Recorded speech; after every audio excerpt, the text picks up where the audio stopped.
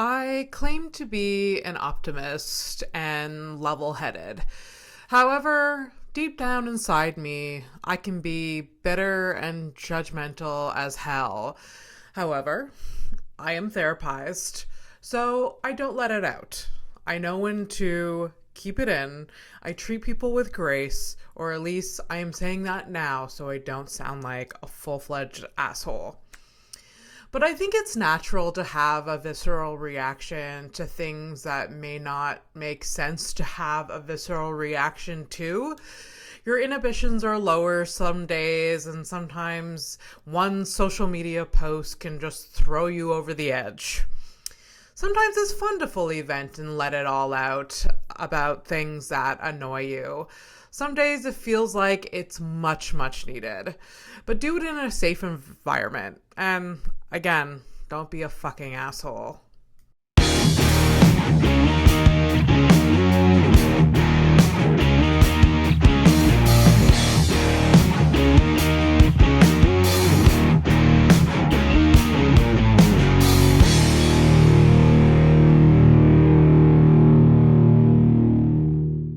Welcome to House of Stone, the podcast where everyone has a story and we get into the nitty-gritty of it all. Today's guest is Troy Stark. Hello. Hey. How's it going? Great. Thanks for having me. No problem. I have a little bit of an intro for Troy, just to get everyone familiar with who he is. So Troy is an acclaimed comedian hailing from Montreal, celebrated for his bittersweet punchlines and known for his let the world burn style. Troy has left his mark at Just for Laughs, ZooFest, Montreal Finch Fest, so many festivals, the Dark Comedy Festival, Pretty Good Comedy Fest, Comic-Con, Fan Expo, and more. His debut album, The King of Clubs, is available on all platforms. Diving into the role of producer, he is the creative force behind iconic shows like The Shit Show Live, The Nerdy Show, and the Montreal Grand, this city's premier comedy competition since 2018. Has it been since 2018? Yeah. Well, we had to take a break during the pandemic. That's why. Yeah. It's been... That's why I'm thinking is, oh my God, that seems long. Anyways, adding to this multifaceted career, he has been the writer and social media coordinator for a very serious show since August 2022. Welcome to the podcast, Troy. Thanks. That's all good info. Thanks for having me. No problem. It's always weird to hear your introduction live, but Yeah. You do have many things to gloat about. I mean, I've been doing this a while, so it's a good thing. You're very I think like project focused is what, yes. Like since I've known you, you always have something going or an idea happening, and you love collaborating with other comedians a lot. So I really like working on something for like 3 to 6 months and then like not talking to those people for a very long time. You need to, like, after working on a project and completing it, you're like, okay, so we're not going to talk for a good 12 months. I think we need to recover from this. If there's a season 2, if there's like like I'll see you then, but like don't message me. Oh, absolutely. Relatable. Yeah. Relatable. So I decided to start off this episode with the topic of things that annoy us. Things that annoy you. I think it's a fun topic. It's kind of fun to just get angry about things in a controlled and like, untoxic way, of course. Of course. Of course. But it's always fun to like sometimes just like dive into like just be like motherfucker or like why the hell is that like that or whatever. And no matter how like in a good place you are. Yes. You're just not like awake if you go through a day without being like, come on, what the fuck, at least one time. Absolutely you're not fully like cognitive if you're not like, Jesus Christ. You're on too much drugs if things aren't annoying you at least a couple times a day. So on the regular, how many times a day are you annoyed? I mean, if it's a work day, at least I mean, does it count like 1 8-hour stretch, or is it like several? I think we need to count like, oh God, how many times in a work, like, you're 9 to 5. Is it like, I'd say I start at like a 4, okay, and then it goes up to like 8 or 9, like 3 or 4 times before 5 p.m. yeah, on an average day, and then I finish work and it's fine. and it's fine. And then like maybe depends what happens that day, but if I've had to ride the metro 3 times, yeah, I've probably Yeah. got annoyed. Yeah, of course. I can't stand public transit. It's a lot. It's wild. It's like There's people out there that love it. They're like, oh, I just like, relax, listen to a podcast, listen to like, music, just like chill out, zone out. all those things. Fine. Look, I'll say I'm grateful for public transit. Yes, of course. Montreal specifically has a really great public transit system. Mm-hmm. You probably won't hear a lot of people saying that, but it's true. It's better. I've heard that it's better than a lot of other cities. Any other city I've taken public transit in, I'm like, oh yeah, Montreal's pretty good. But so I'm grateful for it, but I wouldn't say I enjoy. Yeah. Like. Yeah. I just don't like being around that many people, and especially like if you're going to your 9 to 5 and it's the first thing you're doing in the morning. Yeah. Like, so maybe you don't even have a coffee in you yet. You're just like, oh You're God. trying to get it in you on the. Yeah, exactly. No. Do you have a list of things that annoy you? Yeah. Yeah. I can see your phone now. Yeah. What's the number one? Okay. Well, this one like particularly made me feel like I was like just kind of like right. I knew the theme, and so anytime this week that something I was like, oh, that actually did. It's a long list. It's going to be a long one. But the first thing that I wrote down, I'm like, oh, I'm an old man now, because the first thing I wrote down was just teenagers. Oh, God, yes. Fuck teenagers. That's like don't fuck teenagers, but like literally not that, but fuck teenagers. Yeah. Every time I see them, I'm just like, those awkward fucking weirdos, and they're doing something that I'm like, I don't know. I both want to like cringe for them and like smack them. Like, yeah, you have to know. Yeah. They will know. They will. They're growing up. They're just discovering the world. I just find teenagers are just a lot. They're, in general, not all of them, but in general, a lot of them are obnoxious. Like when they're in a public setting, and you're just like, dial it down. But dial it down. I think for me, it's like. You don't have to be a teenager, but when you like know someone that's like really new into something, yes, they're all about it for like the first 6 months. Yes, like, I'm a musician now, or I'm a writer now. Like, oh, I read a book about screenplays, and then they're like telling you about all that, and whatever. Oh, absolutely. And teenagers, that's their life for like 6 years straight. Like just everything they do, they're like really trying. I'm going to be a professional hockey player and a folk musician. Yeah, they're very hopeful. Yeah. And that's what I hate. Annoying. I hate the hopefulness. I think we found it. That's what it is. Oh, for sure. Yeah. Like they have so many dreams and aspirations and like good for them, but you're gonna learn. Like just wait. I had a lot of dreams and aspirations. They were all different now. Yeah. And I had to learn my lesson the hard way. Maybe we just feel bad for their future. Yeah. Maybe it's just triggering. I'm like going through their PTSD for them. Like I'm like, oh, you're gonna be so fucked up about this when you're 28. Like, oh, absolutely.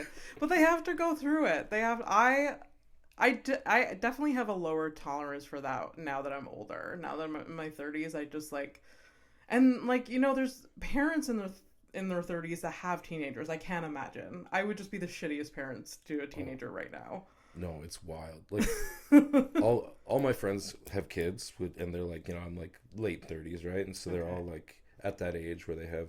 All of your friends have kids? All of my like very close group, like circle of friends that. I feel like I eliminated friends that had kids. I was like, you know what? We have nothing to they're eliminating me. Maybe that's what they did to me, but I just felt like I took the role in that. Right, I took the But okay, I shouldn't say all, but many of my friends like that, have kids now, and like it feels normal, right? Like that, like it feels like, makes sense that you might have like a 5 or under, Yeah. But like, yeah, when I meet people that are like my age that have like 16, 17, 18-year-olds, it's Yeah. like, Oh yeah. it's hard to imagine that life being like 26 with like a 3-year-old or whatever. Oh yeah. Oh, that sounds awful. Yeah. That sounds so awful.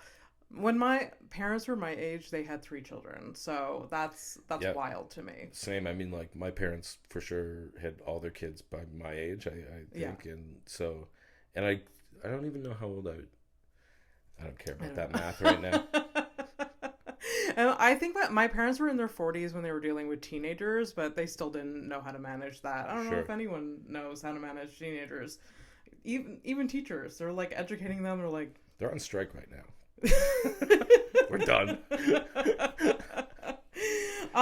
One thing that was on my list of things that annoy me, there was many things, are people that brag about being productive. Yeah. There is a trend on a lot of things on social media just push me over the edge. I have to not engage. I have to be like, no, time to like put the phone away. But there is a trend on social media of people posting like, here is my 5 to 9 after my 9 to 5.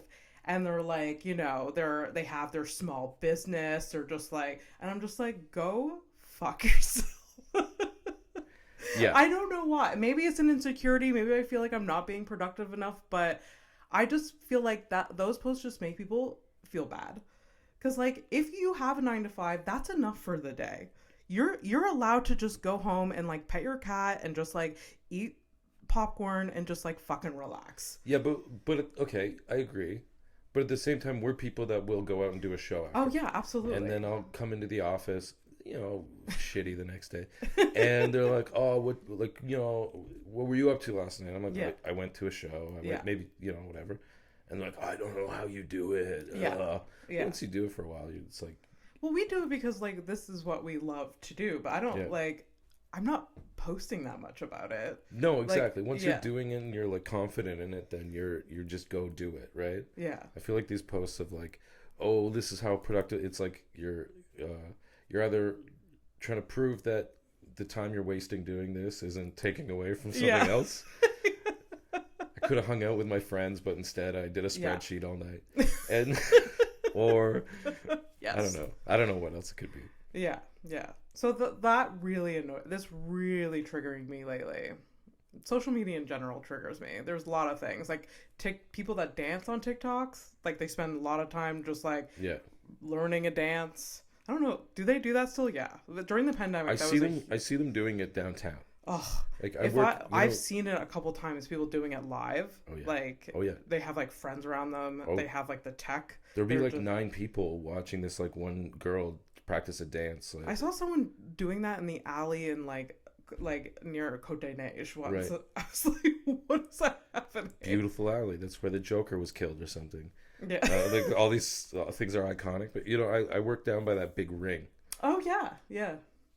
Every day I walk out, I walk out of the office to go to lunch and like walk through that kind of courtyard.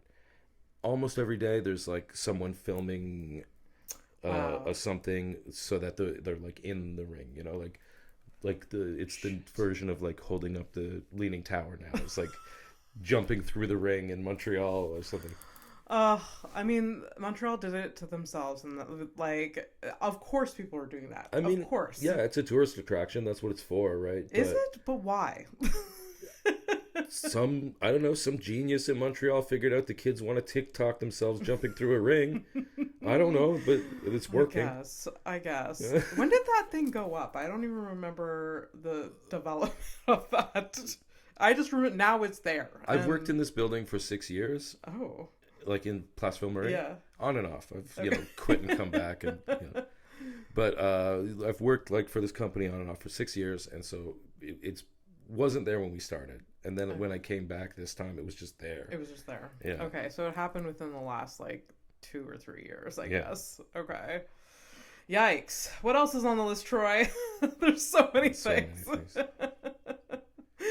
When people find out you're a comedian, first thing they say, That is the number one worst thing. tell me a joke. Tell me a joke. Dance for me, monkey. Yeah. Dance.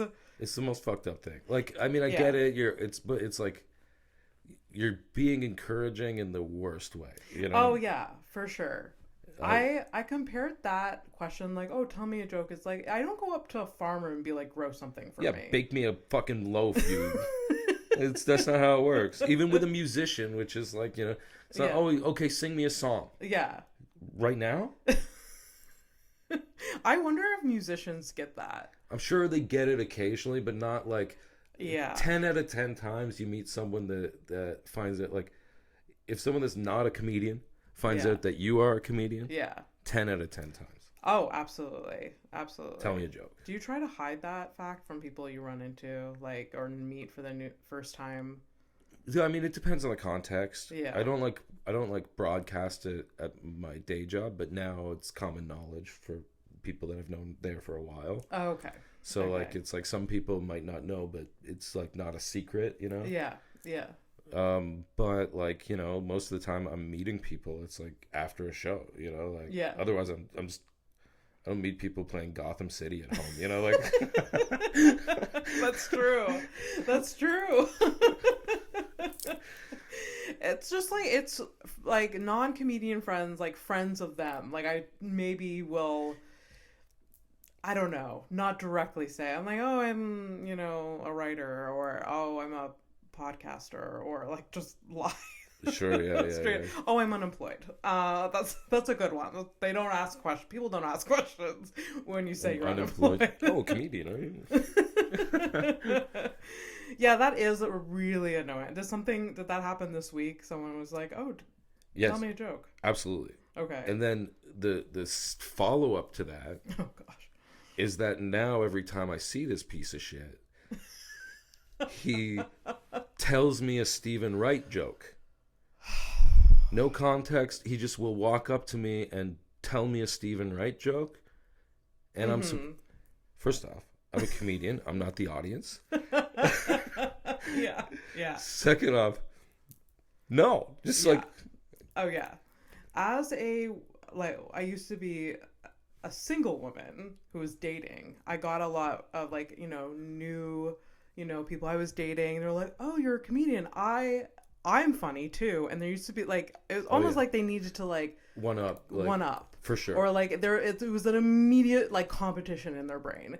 And like one of the last dates I've been on before I started dating my current boyfriend, he was like, oh, I've been told I've been really funny. And then he started to like impersonate Jerry Seinfeld in front of me, which is the classic. Yes. No one's ever done that impersonation before. Yeah. Oh, yeah. Original. And then, like, I kind of, like, I hinted at the fact, I'm like, oh, well, you know, you have, like, most comedians write their own jokes. They don't just go on stage and just, like, you know, say someone else's joke. And he's like, no, if I was to do it, I would just, like, I would impersonate some of my favorite comedians. If I was to do it, what I would do is I would suck. Yeah. That's basically what you're saying. I would ignore all of the established like norms of the art form. Yeah. And I would completely make a disgrace of this thing you love. That's are you into that? Exactly what he said. That's like what computed in my brain. I was like, okay, yeah, all right. That could like, work, yeah. But in my mind, I'm like, do you have the cognitive ability to like go to a show and realize, like, I don't think he realized that comedians wrote their own material. Sure. Like the other end of that I find is that they will then come and see you a second time. Yes. And expect it to be all completely different. Oh, which is like fair enough. Like you don't want to see the same act 100 times. Yeah. But like, you know, it takes sometimes weeks or months or whatever to really get the joke right. And then once it's right, that's like one of the tools in your, you know. Oh, absolutely. I got that feedback after the ZooFest show I was on in the summer, where like there was a repeat audience member, and I had like I did if I remember correctly, the show that she saw before, I did do different material. It was just like I had some similar jokes. I had like two jokes that she's seen before, but that's all she like got from the like my performance. She's like, "Oh, it was great, but I've heard those jokes before." Right. I was like, I didn't clock it. I was like, I'm pretty sure you didn't hear all of those jokes before. Yeah. And that's also the way this works, is that like they're, especially at a big show like Zoo Fest, like I'm saying crafted jokes that I've been saying for a minute. Yeah, when you're doing a festival, you're doing your greatest hits, or like the thing that you've been working on for all year. Or like, you know, it's like you're not just like kind of going up on stage and on the biggest stage in the world and being like, let me just see what I can pull out of my back pocket here. You know, it's like, oh yeah, for sure. Yeah, and that's where we're kind of seeing like recently with, I mean, it's multifaceted, the situation with Matt Rife, but like his new Netflix special, there's people online, there's complaining about his like joke that offended people. Sure. But then there was also a ton of people that came out because like his audience aren't comedy fans. They're just not. It's like a social. You can pass it off a lot easier. Yeah, so it's a social experiment where like these people that are coming to shows are not comedy fans, and then so they spent hundreds of dollars to come see go see his live show, and then they're like, oh, but the Netflix special is exactly the same. I spent $100 on that show. Why is it the exact same joke? It's like, oh, obviously you don't know comedy at all. Sure. Well, yeah, and also, when you buy tickets to a band, that's what happens. Yeah. And then, especially if you buy tickets to that band 3 weeks after the album drops. Like, it's different if it's like 2 years later and you're like, okay, I've known that stuff for a while and he's still doing that material. But like, yeah, he just spent, I don't know, maybe 18 months working on an hour. Yeah. So you're gonna hear it. Mm-hmm. You're gonna hear it a few times. Mm-hmm. But it's very interesting to me to see what's happening. Like, there's multiple things happening with him. It's just like, oh, his fandom, or people that love him, they love him for his like 10 seconds clips. Absolutely. On TikTok. But that's 10 seconds of an hour show. And I will say, like, I've seen him live. He smashed for 20 minutes. Mm-hmm. Like, he has great energy. He's up there. He's doing, you know, he's a real comic. Yeah.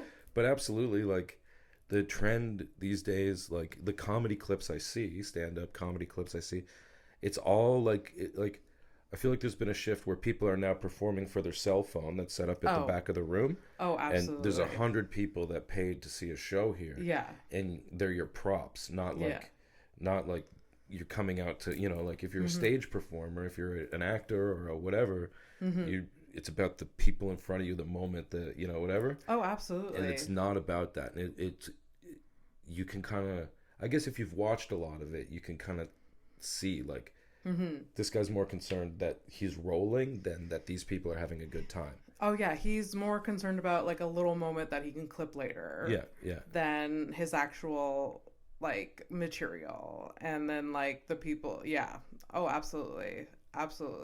It's very, and there are some, I've heard of some comedians complaining about like, oh, some audiences are primed and want crowd work, where like a lot of comedians don't want to do that. But not a lot, but there's like a mixed bag. Like it depends on the comedian.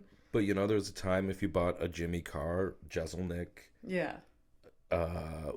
what's his name, Todd Barry did the crowd work tour. Like, if you promote it that way and everyone knows what they're signing up for, then great.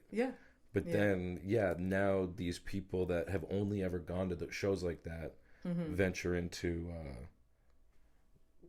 just like a guy that wants to run his life story in 60 minutes. So they're going to be disappointed, I guess. Like, they're like just ready for something different. I don't know. Yeah, that's always a weird one. You get that a lot in, like, you know, when you pay less than $10 for a ticket to a show, you kind of get whoever shows up, right? So a lot of times there's these moments of like, okay, we need to reset your expectations for what's going to happen tonight. You know, like absolutely. Do you what are your thoughts? Like, do you like doing crowd work? I know like a lot of your material is like not that, and I appreciate that because it's very like thought out. There's the cadence, down to the cadence is like thought out to like your joke. So you don't like crowd work? Like, there's two I guess I have like two gears that I like, when I'm just doing stand up, when I'm like an act on the show. I like to come out and be, almost the character, or the like, the whatever, like the act. Yeah. But then when you're hosting, yeah, you kind of have to. There's a balance. Yeah, so I can't lean into that as much, and you do have to be more in the moment, and like if something happens, you have to address it. And genuinely, some of the most fun I'll have on stage is having those interactions as a host and stuff like that. Yeah, and I enjoy doing it, and but yeah. If that's all I did tonight, I'm like, I didn't work on any jokes. Like, you know what I mean? Yeah. I don't know if it's more fun, but it adds variety to the night or like the set or whatever. Yeah. I think if I'm hosting, then I'm more willing to go into that kind of stuff. And if I'm like an act on the show, if I'm talking to the crowd, like something's gone wrong, It's true. Oh shit. Yeah. We gotta fix this and then hopefully move on, Oh, absolutely. When did you start doing comedy? 2012. 2012. So it's been 11 years now. Yeah, 11 years. And was it here in Montreal that you started? So I was I was at Concordia. I was at that point taking like writing classes and stuff. Okay. And then I found out about this like comedy writing and performance school just in Toronto. Mississauga. Yeah. Etobicoke.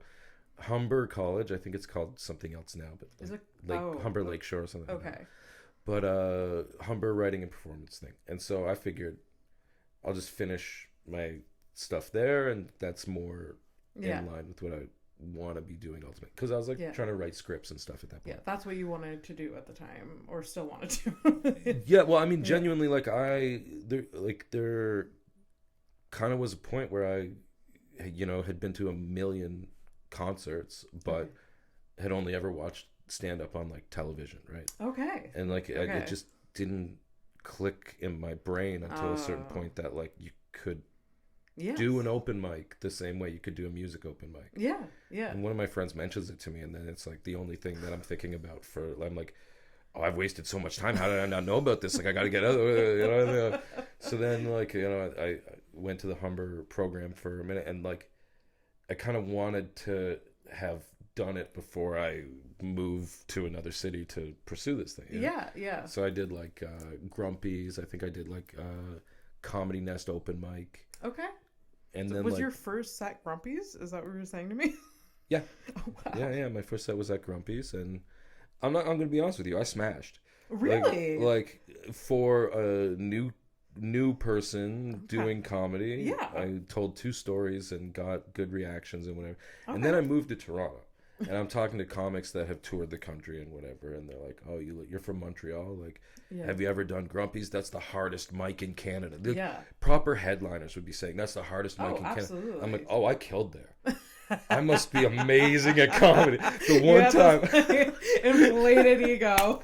That's one thing that annoys me when like newbies are just like so confident. I'm just like, you need to dial it. You need to grind a bit more. You need to bomb. You need to like. Well, you need to have that to even think like these people want to listen to me for 7 minutes. Yes. But then you also need to have like. It's true. You need to. Yeah, your first set doesn't need. Well, what am I trying to say? Your first set shouldn't go too badly because it needs to encourage you to like try again. Yeah. I feel like I bombed my first set, but it wasn't so bad that I didn't want to go further. Sure. So I'm sure I'm glad that you killed. And I mean, when I say I killed, I mean for someone that had never done it before, and my expectations were, you know what I mean? I did much better than I thought I was going to. Yeah. Which feels good, but if I watched that tape today, I wouldn't be happy with it. You know what I mean? Like, I wonder. Like, I didn't start taping myself until like 2 years. I think if anything, I would have had a voice note, recorded on your phone. But I mean, I don't have a recording, and I probably would never listen to it if I. It'd be horrifying. It'd be so, but it'd be funny if you did have it. Like first set ever. Sure, I'm sure a lot of comics, especially now, like anyone that started in the last 7, 8 years, like has that, Oh, absolutely. Did you bring friends to your first like open mic? No. No, it was. Did you know any of the comedians? No. No, you just showed up. Yeah. Wow, that's good. My friend Evan Miller, kind of like was like, my friend Evan and my friend Ed were are really, really funny writers, and they were like, let's sign up for a Comedy Nest open mic. And like I said, that's the moment where I was like, oh, you can just do that? You can just... And then it was like 2 months of me trying to get them to actually sign up. Yeah. And it's like, oh, I don't think I'm ready. I think maybe next month or whatever. Okay. And at a certain point, I was like, fuck you guys, I'm doing this. Yeah. And then I didn't invite them because I was pissed that they didn't. Fuck you. And then I probably messaged You don't deserve to see this. Yeah, and then I probably messaged them the next day like, I did it, you cowards. I'm like... That's awesome. That's so awesome. So you did a few mics here, then you moved to Toronto for school. Yeah. Were you part of the scene there I dropped out of that school immediately. Almost immediately. Like, how long were you there? About a month. Oh my God, max. Good for you. I admire people that drop out of university or school. Honestly, worth every penny. There's people that like regret it, have so much guilt, but as someone that did 4 years of university in a degree that like I don't use and don't care for, and I knew 6 months in, I'm like, this isn't for me, but I kept going. No, I mean, I don't have that in me. I can't so I was coming from Concordia, and that's like a real university kind of like, you know what I mean? Yeah. And Humber was great, but it was much more like kind of Cégep, college, whatever. So it felt like I was like had to deliver like 20 pages of essays or writing or whatever a week. Yeah. At Concordia, and then I move over to Humber, and we're like doing like stretching class, and I'm like, I can't do.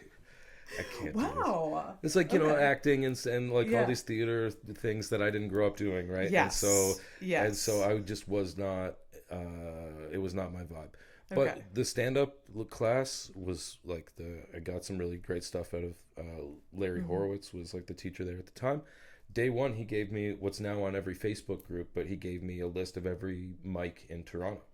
Oh, like shit. Everyone in the class got it. Smart. And he encouraged people to like, if you're going to get good at this, you got to go do spots. Like and so day one, that was worth whatever I paid for tuition. Like I had a key. Larry Horowitz says I should come here and ask for a spot, and I can go to 60 bars in Toronto and try it out. Wow. So that's what I did. Started running shows, and Okay. How long were you in Toronto for? 4 years. 4 years. I moved there to go to school for 2 years, and I dropped out and stayed for 4. And, it was a good time. Okay. And then after Toronto, you came back here, right? 2016, I'm back in Montreal. Yeah. Okay. What drew you back to Montreal? It was always the plan to come back. I just didn't, because Toronto is like a pretty massive comedy scene, and there's a lot of cool stuff you can do there and stuff. So I spent a few years trying to build a little bit of a name there, and then at a certain point I was like, I want to live in Montreal, and I'll build the comedy I want to do where I'd prefer to live. Okay. So that's kind of how that happened. Okay. How would you compare, like, is Montreal better? I want to know.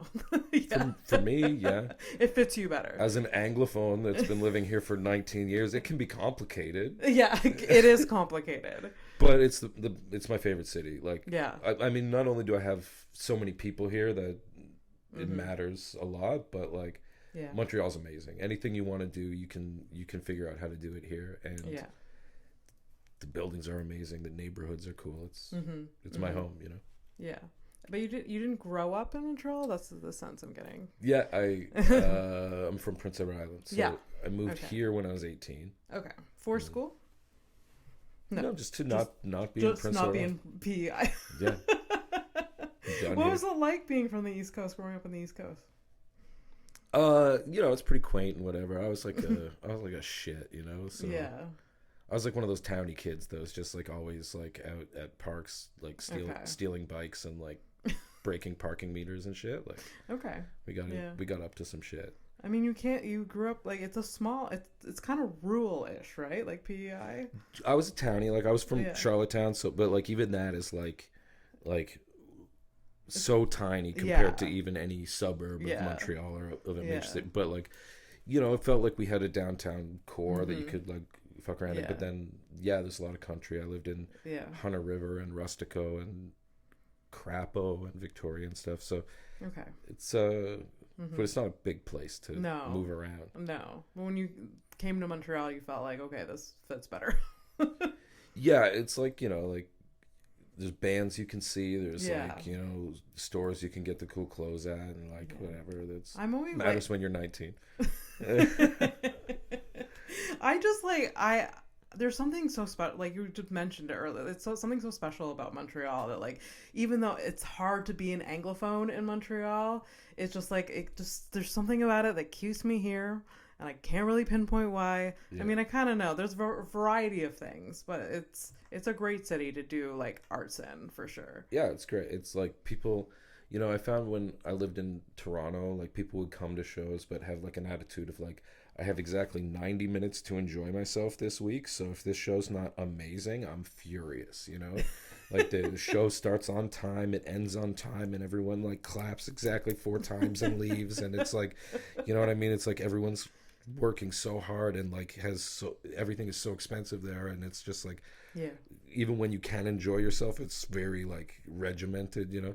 Montreal, it's like, we'll start half an hour late, we're gonna be here all night, you know, who cares, we don't know when it'll end when it ends. And you know, but it's like people are have more time, and so they're actually able to enjoy the things that they go out and do in a different way. And like audience members that like need to leave or want to leave, they just do. They don't feel tied to their seat, you know. That will happen. I gave you some of my time, but I'm moving on. Where I'm sure other places like I am tied to this chair forever.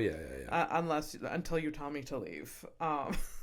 It is like loose here. It feels like, which is kind of nice, but like I'm a little bit more type A personality, so I'm like I really would love to start on time, but I know it's not going to happen. Here. I mean, I hate it when I'm promoting a show.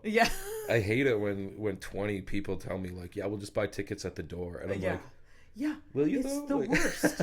It's absolutely. That makes zero. Like I can't rely on that. I need you to go on Eventbrite and get your fucking tickets. So that I can post that they're half gone, and then the rest will go. Exactly. I need to feed my ego. No, but you know, it's like you're trying to plan for like, okay, this night we have these people coming in, we have this. It's going to be an awesome show. The only X factor now is like, is there going to be an audience for this show we're putting together? Like, absolutely. And usually there is. Yeah, usually. I've said it many times. I do produce a lot of stuff. I hate producing shows so much. I hate selling tickets. It's like if I can just show up and just do my like perform, that I would love it. But it feels like in Montreal, you kind of have to produce your own. You have to make art. Yeah, absolutely. A lot more. You feel more pressure to like produce shows, I find. I mean, I feel like a lot of maybe just artists in general, but especially comics. Yeah. And that might just be I'm more exposed to comics, right? But I feel like a lot of comics start doing stand-up because it's fun to write a joke. Yeah. And they don't realize that they're starting a fucking business that is their face. Oh, absolutely. And I didn't really realize that. Like, I had been in bands before, and promoting a band where it's like me and my buddies did a thing.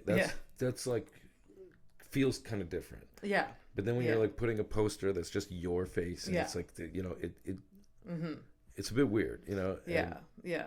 Oh, for sure. You are when you definitely you go on open mic once, then you have to be like know how to like run a business afterwards if you want to like continue. Especially for the first few years, you're like you're your own manager, your own agent, your own social promoter, media stuff, promoter, like marketing, video editor, now video editor, and like so much stuff, script writer, like it's all you got it, you know. It's all, but like. in retrospect, like now, like I'm glad I'm getting or have gotten that experience because Yeah, it makes me feel like I, like look at all the things I can accomplish with like zero education sure. behind Yeah, yeah, yeah. it. It's kind of cool If you for throw sure. yourself at it, yeah, you'll figure it out, and it also helps you appreciate like once you've edited a few videos, your friend that can really edit Oh videos, yeah. you're like, okay, I now Oh have a yeah. sense of how much time that fucking took Oh you. yeah, for sure. I as soon as I get money, Zach Kick is getting a raise. He is like, Yeah. my God, it's not easy. We're all just campaigning for Zach to get raises around town. Absolutely, absolutely. Oh yeah, it's so much work. It's so much work. I don't think like the general public don't realize like when they come to see a comedy show, like that person has done. There's so many multifaceted things that we have to do to like be part of this like industry. Sure. I mean, Yeah. I I don't hate promoting shows, but like if I have less than 6 weeks to do it, Yeah. then it's not going to be everything I want it to be. Yeah. And Yeah. so sometimes you end up putting together a on short notice or whatever, and it's like we're going to do what we can, but like to really do it right, I Yeah. want that much time to do it. Yeah. And a lot of people don't realize that, like, it does take that much time to. Oh, absolutely. I mean, you've been very successful at promoting stuff like Thank you. historically. I I- mean, I you one of the biggest ones in this city is the Montreal Grand. Sure. Tell people about it a bit. Well, I'll give some credit to Walter Ling and Chris Vendito for being with me. Originally it was the Comedy Works Open Invitational, Oh, which it was like we started yeah. when Walter was running the works. Okay. We started the contest there. It was going to be like an annual thing that we did there, Okay. and then the Comedy Works burned down. Yes. So, Oh, do I miss that place sometimes? oh yeah, Yeah. couldn't really keep the name after that. No. So then it became the Grand, and Yeah. it's kind of become my thing now. But like the boys have helped me a lot with it over the years, and Yeah. and now so it's a contest. It's at the end of it, some comedian wins $1,000. One year we did 2,000, right before COVID. Yeah. And then we had to put that on pause. But with but I've had years where 150 comics from Montreal, Halifax, Ottawa, Hamilton, all over Canada, Yeah. Central Canada, will come out and perform. And if you do well, you move on, win some cash, and it's So much coordinating. it's a lot. involved It's a lot in 'cause that show. I'll be booking, promoting 17 shows Yeah. at a time because it'll be Yeah. 12 prelims, semifinals, Yeah. plus planning for the finale. And you have to sell tickets to every single one of those shows. Yeah, absolutely. And have like an audience and like because there's like part of it is audience vote and then there's judge vote. Exactly. The finale is fully judged by Yeah. like professional people that have been in comedy Yeah. for a while and stuff. Yeah. But then the prelims and semifinals, there's an audience vote element to it, Yeah. which does sometimes help with bringing people out, but doesn't always. And you don't want it to be only that, like like that. It helps, but you still have to build it, and you still have to like make sure that Yeah. people know about it and everything. And but it's been pretty successful. Like and it's really fun to create stage time for almost every comic in the city, or any, you know what I mean? Of course. There's always ones that miss it somehow or sign up too late and it's full or whatever, but pay someone every night, Yeah. pay a headliner, Yeah. and then putting that money back into the comedy community is really important. And Yeah. then at the end, still having money for a jackpot. Yeah, exactly. And It's a lot of coordinating. It's a lot. Yeah. And it's I think it's really worth it, but it is a lot of yeah. coordinating. Are you planning on doing it again? Yeah, I don't know. I don't know yet when, because it is a lot. And, Yeah. But I do have some related news to that. Okay. Starting very soon, the Halifax Grand is Are going you to be for real? the sister show of the Montreal Grand, the same format. There will be a East Coast contest where you'll win at least $1,000. You could win spots on That's amazing. Halifax Are you Comedy Festival, helping potentially. produce it? I'm Nick Martinello in Halifax. Yes. Is going to be Yeah. that's going to be his baby out there. But we're anytime he needs help with anything, I've run my thing so many times. He knows how to. Yeah. He's got a great grip on Halifax and Dartmouth. Yeah, so, he's been there for a minute doing his thing. The comedy scene out there is great, and so I have full faith that he'll have no problem running that. But I'll sit down with him and work on all the promo stuff and any help he needs. That's so cool. It'd be cool to see it pop up in different cities. And it'd be sick if Crave wants to buy 8 episodes and we'll do 8 cities and then find a Canadian winner and absolutely, that'd be great, right? Yeah, put that out in the universe. Right, Crave. Halifax, Vancouver, Montreal. Yes. I wouldn't mind going to Calgary again. Yeah. Winnipeg. I guess we'll do Toronto. Yes. I guess if we have to. You know what? Scratch that. Hamilton. Toronto. It's only an hour away. Anyway, Crave. Toronto. I love it. That sounds so cool. Do you like producing more than stand-up or like performing? No. It's 2 different parts of my brain for sure. Yeah.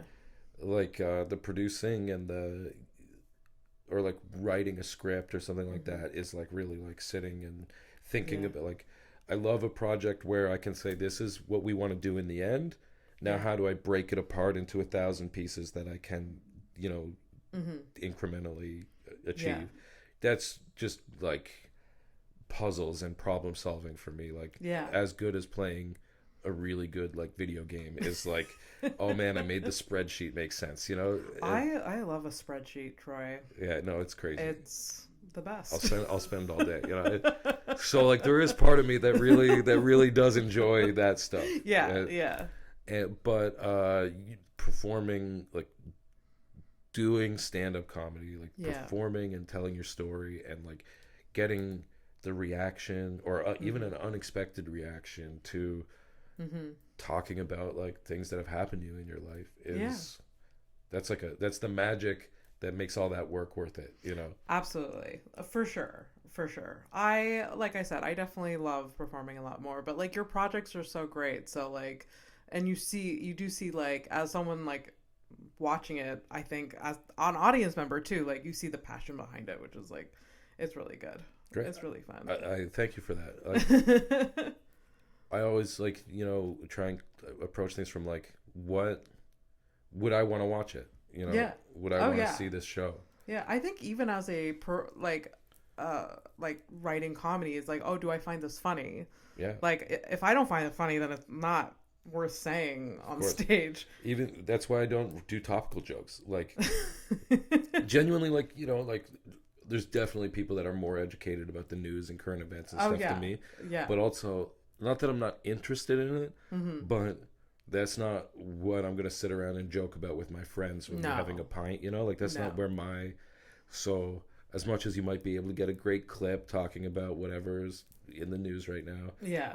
I don't care. Yeah. Like I don't care either. Yeah, no, and I also like in general just feel like a big dummy when it comes to like things are happening in the news and I'm just like, you know what? I can talk about other things. Yeah, absolutely.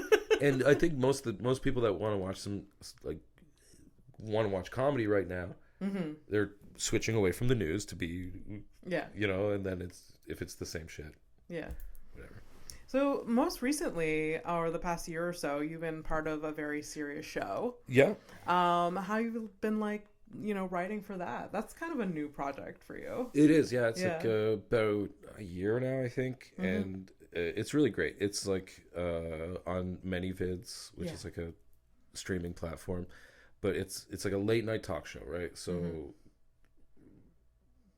it's been so fun to just be able to like kind of pitch all these bits that kind of like, is it like a newsroom style, like a writer's room style is what I like like want it to be. A little bit, yeah. In my fantasy, it is. It's like a micro version of Okay. exactly like, you know, like if you've watched like 30 Rock and all that stuff. Yeah, yeah. But like we're, you know, the Manyvids is really generous with us, and they built a really cool set for Tyler, and Yeah. like I've been getting to so do cool. some writing and social media and stuff for it. But like, you know, they're essentially like asking us to put this show on, and it's a kind of interview, late night talk show kind of thing. And at the beginning of every season, Tyler and myself, and depending on who else I guess is available or whatever that season, we'll get together and just pitch for days. Okay. And it's like, then you get to go down all the rabbit holes of, do you remember when Letterman did this? Or do you remember, like, can we do that? Or do you remember when... Do you go back, like, do you do research? I would do, like, so much, like... My whole life has been research for this job. Like, like, you know what I mean? Like, late night television is, like, my... I love late night. I used to love late night television. It's a perfect variety show. Yeah. Like, oh, yeah. It's amazing. So being able to do even like, you know, a simplified version of that, but being able to do the interviews and then like getting to bring in a comedian for a game or a sketch or a character or whatever. It's doing exactly the kind of writing that I've wanted to do for years. And we have a lot of times a really pretty decent audience, you know. So it's been really rewarding, and I'm grateful to...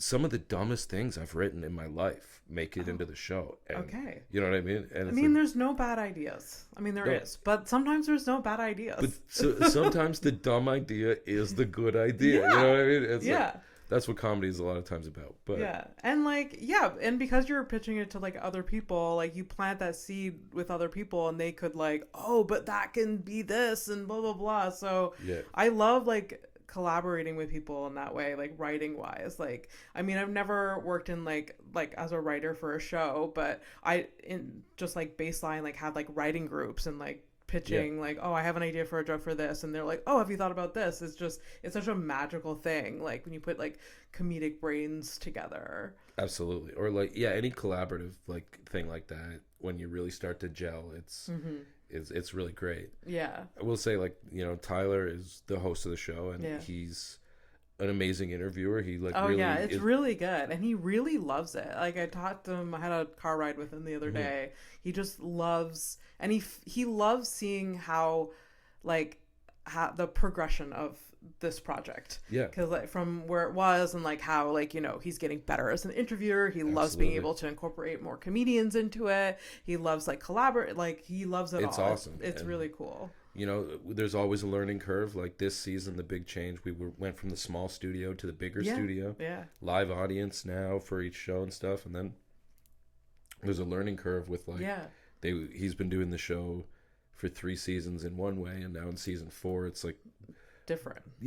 So then like what bits work now, what bits are not going to work with a live audience as well, and stuff like that. And it's so, but you know, that's great. It's like, I mean, you see that with like late night shows, is that like things like evolve over the years. Like my favorite was Conan, and it was like very different at the beginning versus like, you know, the last stint or whatever. Well, yeah, he was like what, 27 when he started like hosting late night or something, and then near the end of his hosting, he was like, I don't know, probably 50 something. Oh yeah, at least. And so, of course, it would be weird if it was the same show he was putting on, you know? Oh, absolutely, absolutely. Well, who's your favorite late night? Letterman. Conan. Okay, Letterman. Second, I love Letterman too. Letterman was a great interviewer. Absolutely. He probably, like, he's known for that show, but like as being like his humor. But when he had to like ask questions, he was so good. He was amazing. But he was amazing at all of it. You know, the 7-minute stand up off the top, the monologue off the top. Yeah. Dave's jokes were always like, you know, like my favorite. I'd watch all of them when I could, and you know, Conan had a different flavor, which was also good, and whatever. But Dave was always killer. Yeah. And like But when he didn't like a guest, when he didn't like someone and had to like be the host, that's my favorite. Yeah. Like he would cut someone very down. genuine. And like he's himself. He doesn't absolutely, like sugarcoat. Absolutely. Things. He's in show business, but he's not. He's like, I'm just going to be me. Yeah. And that I really think that that's like a rare thing, you know. For sure. Nowadays, like it seems like every host is the best friends with whoever they're interviewing, sure. Even if they, you know, are whatever. A lot of it's very scripted and very structured. Absolutely. Now, so yeah, I mean, it's always been a little bit like that. Like, you know, even like when you see those classic bits of like Norm coming on and like, and whatever, and like there's like one time where Letterman's like, I forget what he's asking, but he's like, "You were like at the airport the other day, right?" And Norm's like, "No, what are you talking about?" And he's like, "You're gonna tell me a story about how you?" "Oh yeah." But he's like trying to like lead him into the story that's coming. And... he's just trying to give you like prompts or like your cue. And, he's just like, "Fuck." Nah, I don't want to talk. I don't want to do that anymore.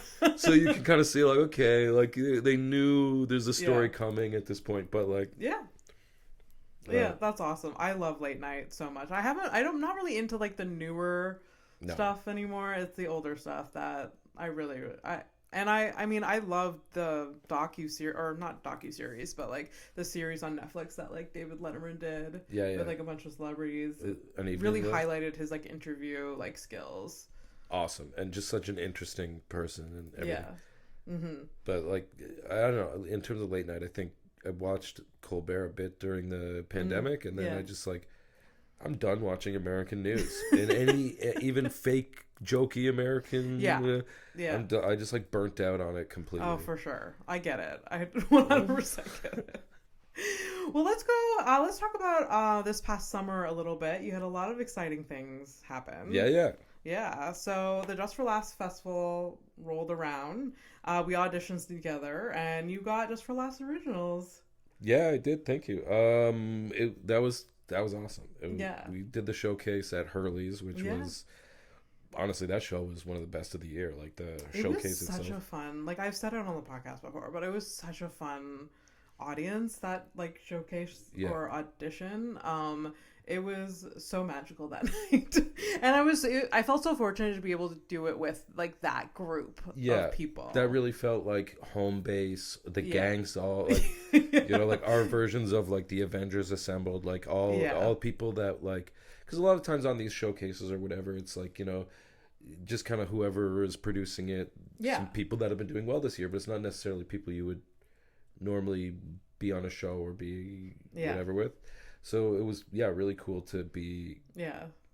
It was just it was a chill vibe from the very beginning when Walter was like, "Has anyone asked you to showcase yet?" And I was like, "No." And then he left it at that. And then I was like, "Hey, so like 2 weeks later, I'm like, was that you asking me, Walter?"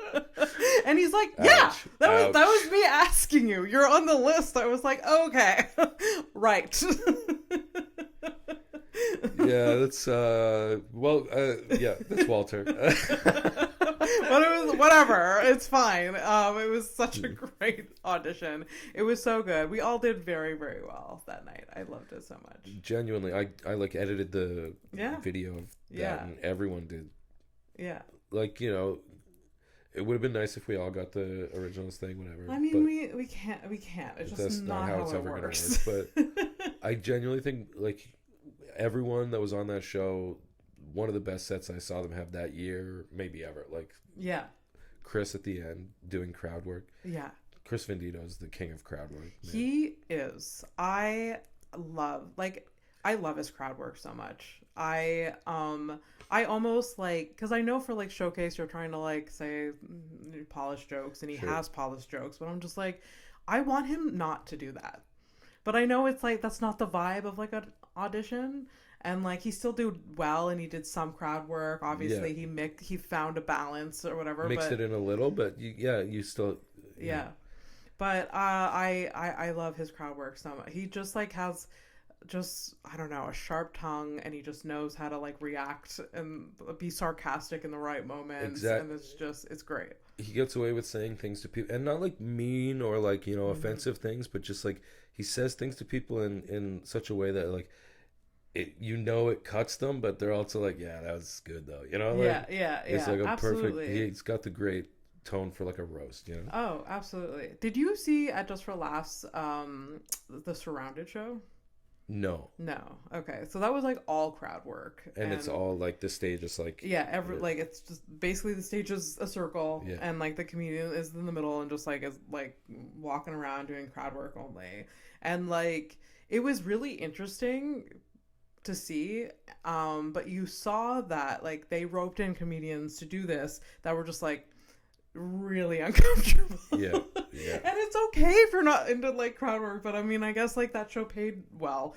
I mean, comedians said yes. I hate doing crowd work, but if and like, I think that maybe if I was like 5 years in, right? Yeah. I might have wanted that Just for Laughs credit so bad that Oh yeah. I'd be like, I'm gonna take a loss on this, but like I'm gonna be on the festival. Yeah. I'm gonna eat it. I'm gonna eat shit. Yeah. But it'll be worth it. And now Yeah. now I wouldn't take it. I would Yeah. politely talk to the producer and be like, I think I'd be a great fit for something else, please. But there was for sure a time where I would have taken that Just credit said yes. and ran, like Just said yes. Yeah, yeah. I did see like, but they were like pro comedians. They were just felt so uncomfortable. Sure. But I think I only, maybe it was me that was just feeling it because I knew you were like, feeling it for them. I was like reacting as a comedian. I was just like, I see it. I see it in your eyes. You're not very comfortable. I don't know if other audience members noticed, but I saw them like some of them like they transitioned into like some of their jokes. Like they like, I don't know, which was interesting to see. But I mean, it is like, it is a cool experiment. Like I wonder if like someone in the city would be interested in doing like a show that's like all crowd work just to test out the waters than that. There was back in the day a kind of it never got like huge, but that like crowd off show. Yes. I think I remember that. Jared Rockwell and it was like Cardassian. in a restaurant or something. Not the best venue. Yes. Never the hugest crowd. I did it once and no, it was like the audience was told to like kind of heckle or like talk to you. So it's not crowd work, it's more like a getting heckled show. Yeah. But like they had like a system where like they would give you like points. Yeah. So like that became like a fun place to fuck with crowd work or be more flexible with your stuff. Yeah. And so like there are ways to do it and make it fun for everyone. Yeah. For sure. Not for you. Not for me. You also see like other people experimenting with shows with like all crowd work, or it's like shows that like you get like 2 prompts and you just have to go on stage and like just riff off of those. That's an interesting one of the best concept, shows I've ever seen live was Set List. With what's his name, Paul Provenza. One of the greatest shows, and you're seeing comedians like come up and perform like like what will happen is they'll put a word on a projector behind you. I think that's what I'm thinking of. And sometimes just like you get like the comedian turns back and sees the word and just like the reaction that gets the room, and then now it's a whole other muscle than like it's like a different muscle in your brain like doing that, and I need to get better at that for sure. Feeling comfortable. There's like this thing of like if you're watching like an if you're watching improv or like crowd work, I think is the same thing. And you see the gears turning. In the guy's head, then it takes away from it, right? If it's just quick. It's just like first thing that comes to mind. Doesn't even need to make sense. Just has to fit that rhythm. Absolutely. But if you take that pause, and then and so putting comics in a situation where like guaranteed they're gonna you're gonna see the gears turn. For sure. I do. It is interesting. I wouldn't want to do it at Just for Laughs. Small room, small audience, test it out, see if I like it. I feel like Set List I would have a lot of fun with. That's not crowd work. That's like come up with a story on the spot. That's interesting. Yeah. Or like work your way to the the comedian that I love the most that does like crowd work, or like they did that show Setlist with Moshe Kasher. Do you know Moshe Kasher? Yeah, yeah. He's so good at just being so quick, and like it's just spectacular to watch. I love it so much. Great. Yeah, he's really funny. Really, really funny. Yeah. So going back to Just for Laughs this year, you were part of the Just for Laughs originals. It was I heard very, very good, very well received. Many, I mean, for listeners, like the originals, if you're a Montrealer, it's definitely the show you want to be chosen for Just for Laughs. Yeah, I was happy. Yes, absolutely. For sure. At our audition, it was you and Zach, which is like, I think like the most, like out of all the auditions, like there was 2 from ours, and then I think everyone else was just like 1. Yeah, I think so. I mean, once I was in, I didn't really keep count. But I do know that from ours, like, you know, we had 8 people showcased that night, I think, and Zach and I got originals. Yeah. And then I think a couple others got, like, you know, the bus show and this and that. And so like our hit rate was pretty good for Yeah. But so Zach and I end up doing the Just for Laughs originals, which is like a like a 10 comedians on one show, and then we recorded and released as like an album. Yeah. The Montreal show. Okay. Yeah, and it's released where? It'll be released November 29th on all the things: Deezer, Amazon Music, Spotify, Apple Music. Okay, so you're very happy with your recording for that? I have not heard. Okay, that's not. So you're gonna hear it when everyone else does. Yeah. Okay. Did I record it on my phone? Yeah. Did I during my first appearance at Just for Laughs bring my phone on to the stage and record a voice note of my performance, knowing that it was being professionally recorded for an album? It was recorded with audio, not video. Yeah. So no, I'm gonna hear the edited version for the next time next week. I couldn't wait that long. You know, like I needed to be able to review the tapes, you know? Yes. So yeah. I've heard a really terrible audio version recorded on the stool.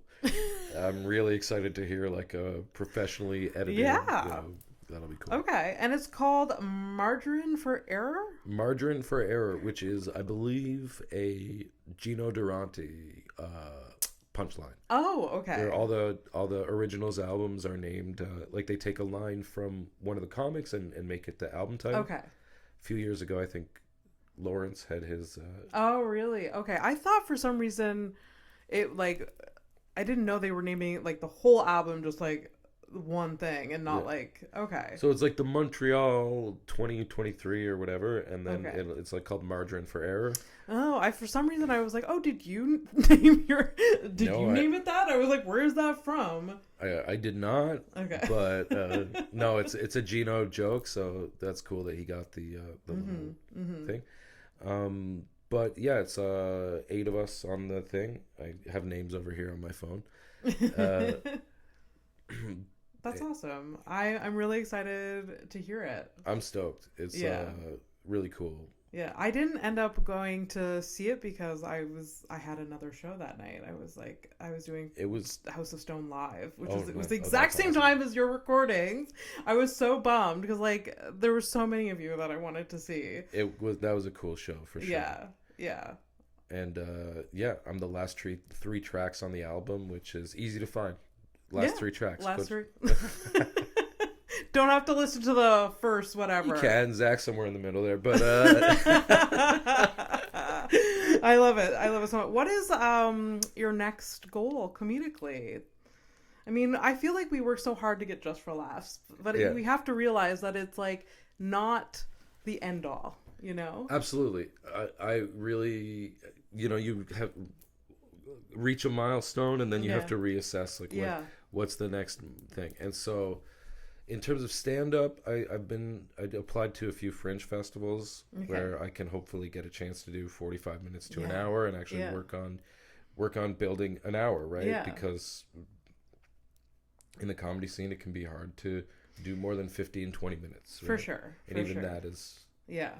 So try and do Fringe, try and do shows that will give me 30 plus minutes so I can work on the storytelling that goes with that kind of thing. Mm-hmm. And then I think my other, I want to be a game show host. That's my thing. Yes. I think I'd be a great game show host. Yes. And so 2024, that's my ideal. Let's do it. I'm excited. I'm excited for it all. We'll work out the details, but I'm pretty sure that I'm going to be the next host of Match Game. Yeah. We miss you, Darren Rose, but it's me now. And you'll have more tattoos than any other game show host there is. Maybe. Which may be the appealing. Yeah. I was gonna say maybe not Joe Rogan, but I feel like he wasn't tattooed up when he was doing it. I think. He didn't have them when he was hosting. Yeah. No, I feel like he was didn't have any tattoos, but maybe not. He had hair though. Yeah, he did have hair. He did.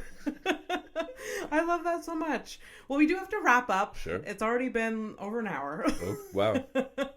I know. I always end the podcast with 2 questions. You can choose to answer both or just one. Do you remember me? Yeah. Okay. So the 2 questions is, what is the hardest thing you've ever been through, and what are you most passionate about?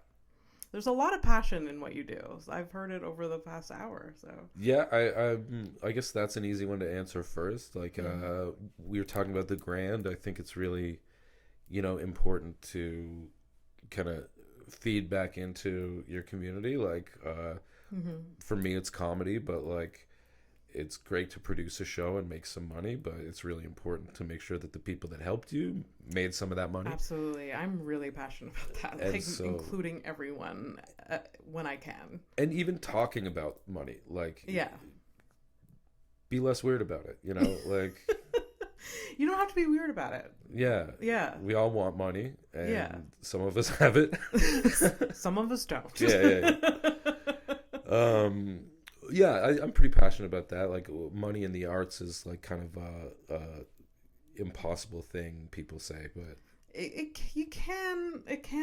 can get there.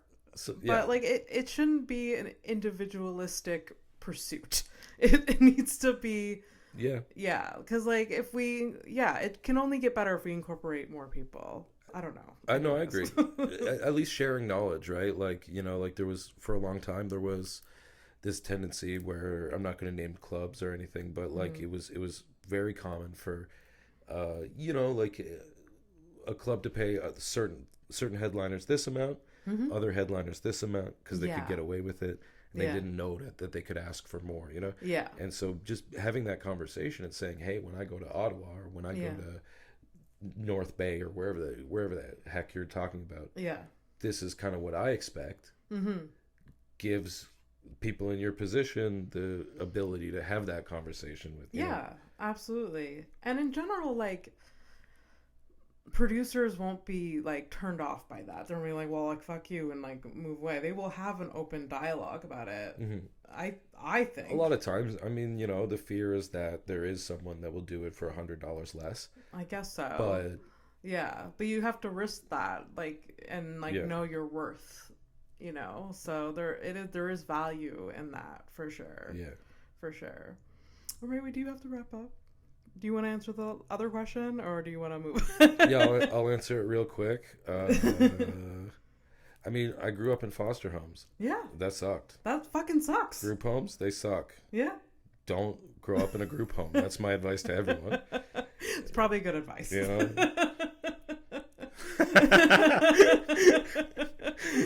All right. Well, where can people find you online?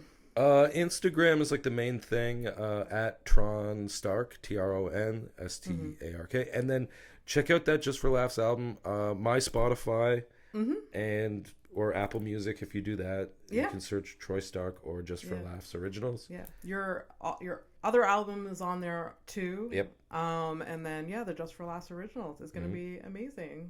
Congratulations. Thanks so much. Thanks for having me here. This was no problem. This was lovely. Thanks to all the listeners. You know where to find me. HouseOfStonePodcast.com for all the links. Like and subscribe. And thanks again, Troy. You're great. Bye.